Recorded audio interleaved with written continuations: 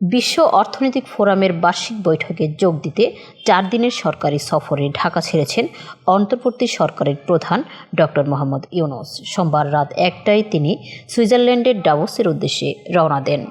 প্রধান উপদেষ্টার প্রেস সচিব শফিউল আলম জানান, অধ্যাপক ইউনূসও তার সফর সঙ্গীদের বহনকারী এমিরেটস এয়ারলাইন্সের একটি ফ্লাইট রাত 1টায় হজরত শাহজালাল আন্তর্জাতিক বিমানবন্দর ত্যাগ করে।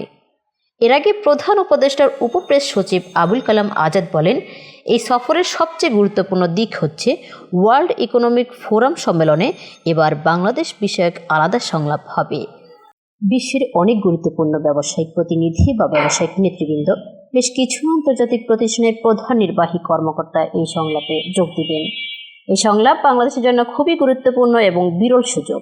উন্নত দেশগুলি এমন ফোরামে এই ধরনের সংলাপের সুযোগ পায়। বাংলাদেশ ওয়ার্ল্ড ইকোনমিক ফোরামের সম্মেলনে প্রথমবারের মতো বিরল সুযোগ পেয়েছে। তিনি বলেন, সম্মেলনে যোগদানের পাশাপাশি সাইডলাইনে 4 জন রাষ্ট্র ও সরকার প্রধানের সঙ্গে দ্বিপক্ষীয় বৈঠক করবেন প্রধান উপদেষ্টা। তারা হলেন জার্মানির চ্যান্সেলর ওলাফ শতলস, ফিনল্যান্ডের প্রেসিডেন্ট আলেকজান্ডার স্টাব, বেলজিয়ামের রাজা ফিলিপ ও থাইল্যান্ডের প্রধানমন্ত্রী প্যাথুংথান সিনওয়াত্রা।